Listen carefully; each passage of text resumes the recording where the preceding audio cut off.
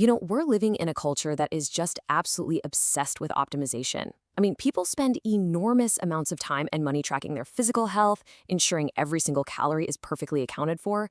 But here is the ultimate modern paradox. While we are hyper-focused on our physical nutrition, we're almost entirely ignoring our mental nutrition. So in this explainer, we're going to break down why your daily information diet might just be the hidden source of your modern anxiety, and much more importantly, how you can finally take back control of your mind. Just think about how totally absurd this contrast has become, right? Physically, we meticulously track our macros, we buy the organic food, we perfectly portion out our eggs and turkey bacon just to make sure we're putting only the absolute best fuel into our bodies. But mentally, we slump onto the couch and mindlessly inject our brains with a constant stream of toxic digital garbage. I'm talking about doom scrolling through chaotic feeds filled with angry political memes and endless breaking news alerts.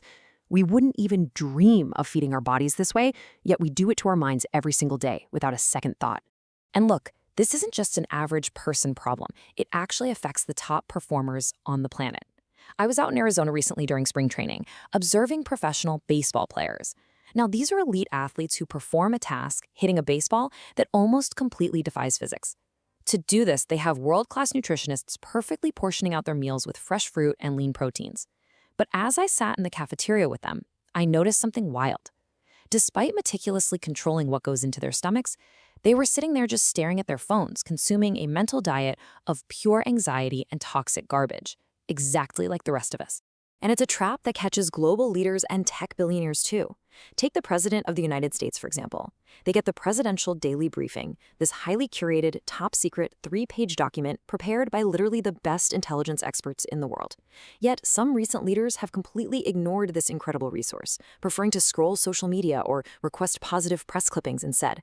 And look at Elon Musk, trading dense rocket manuals and reasoning from first principles for a feed of real-time pundits and conspiracy theorists. We are voluntarily trading deep, curated expertise for pure noise. The really crucial point here is understanding the sheer scale of the stakes we're dealing with today. To put it in perspective, ancient emperors had incredibly limited access to information. Today, we have access to more data in a single afternoon than entire ancient civilizations could have produced or even imagined. But there is a dark side to this. We're also subjected to a volume of misinformation that those emperors couldn't have conceived of in their absolute worst nightmares. Audio, video, text, it's all flying at us at incomprehensible speeds. If you ate a physical diet of pure toxic chemicals, you'd obviously feel sick and lethargic. Why are we so surprised that our mental diet leaves us feeling overwhelmed and angry? So, I want you to be brutally honest with yourself for just a second. Think about your actual daily routine. When was the last time that opening up X or endlessly swiping through Instagram actually left you feeling informed, calmer, or wiser? What is the real return on investment for all those hours spent doom scrolling? If your answer is never, then we really have to stop and ask ourselves, why do we keep opening the apps? Well, fortunately, there is a way out. The key modern survival practice is learning how to decide what not to consume. Enter the Stoic playbook. These are 3 clear, actionable steps to manage your information diet with the exact same ruthless discipline you apply to your physical diet. All right, let's dive into step 1. Seek a longer half-life. Right now, your information diet almost certainly consists of way too much real-time, breaking information. The endless notifications, the 24/7 news cycle, the trending topics, these are quite literally the empty calories of the mind. Sure, they spike your dopamine and your anxiety, but they offer absolutely no lasting nutritional value for your intellect. You really need to focus on information that doesn't just expire the moment you swipe past it. So to actually achieve that longer half-life, you have to escape the breaking news cycle by prioritizing books over feeds. Specifically, try to read books about history and human nature. Why this matters is because reading books gives you the big picture. It allows you to step back from the chaos of real-time panic and connect what's happening right now in the world to what has already happened in the past. It replaces that anxious feeling with genuine perspective. Which brings us to step 2. And honestly, this is a truly liberating idea. Master the art of not reading.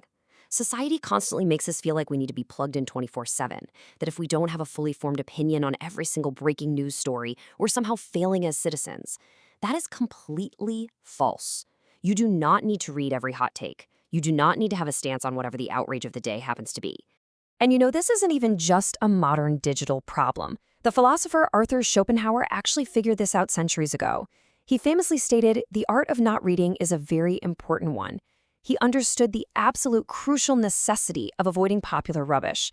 If you really want to cultivate a clear mind, you have to actively choose quality over quantity. You have to give yourself permission to simply scroll past the noise without engaging at all. And we can trace this wisdom back even further.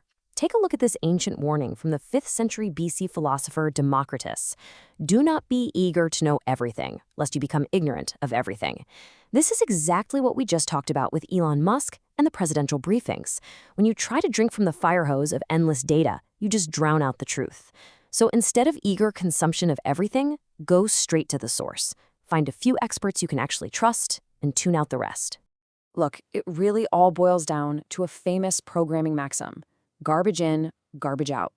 It's kind of a sudden, harsh reality check, but man, is it true. If you let the opposite of garbage into your brain, you're going to get the opposite of garbage coming out. But if you constantly feed your brain a steady stream of toxic, outrage-driven sludge, well, your thoughts, your mood, and your worldview are going to become toxic, outrage-driven sludge. Avoiding mental garbage is the only way to produce clear thoughts. Okay, which brings us to the final and I think the most powerful step of our Stoic playbook. Step 3, cultivate plate discipline. I absolutely love this concept because it takes physical mastery, the exact kind we discussed with those elite baseball players earlier, and translates it into the ultimate mental survival tactic for the digital age. But how do we actually filter the garbage out? We do it at the plate. If you talk to the best hitters in professional baseball, they'll tell you that what separates a good player from a truly great one at the highest level isn't just how hard they can hit the ball. It is their ability to lay off bad pitches. It's having the intense discipline to not swing the bat when the pitch isn't right. You have to apply this exact same skill to your information diet. You have to develop the mental discipline to completely ignore information that is being thrown at you just to get a reaction. So let's look at what those bad pitches actually look like in your daily life. We're talking about social feeds, hot takes, endless notifications, those outrage-inducing headlines. Most of the content online isn't trying to make you wiser or better informed. It is a bad pitch, specifically designed to provoke you, to make you angry, and to steal your attention. You don't have to take in everything that gets thrown onto your plate. You need to discern what is actually worth your time, lay off the junk, and swing only at the right pitches. As we wrap up this explainer, I really want to leave you with this pretty stark reminder. We all know the old saying, you are what you eat, physically, right? Well, mentally, you are what you read, what you watch, and what you let into your mind. You don't have to be uninformed about the world, but if a source of information is bringing misery, negativity, dysfunction, and chaos into your life, you absolutely must be intentional and cut it off completely at the root. So, I want to end with a provocative thought for you to carry into the rest of your week. What are you going to cut out of your mental diet today? What bad pitch are you finally going to stop swinging at? Take a moment to really think about that and let me know down in the comments. Thank you so much for exploring this with me today. If this explainer helped you realize it's finally time for an information detox, make sure to subscribe for more actionable wisdom applied to your modern life. Catch you next time.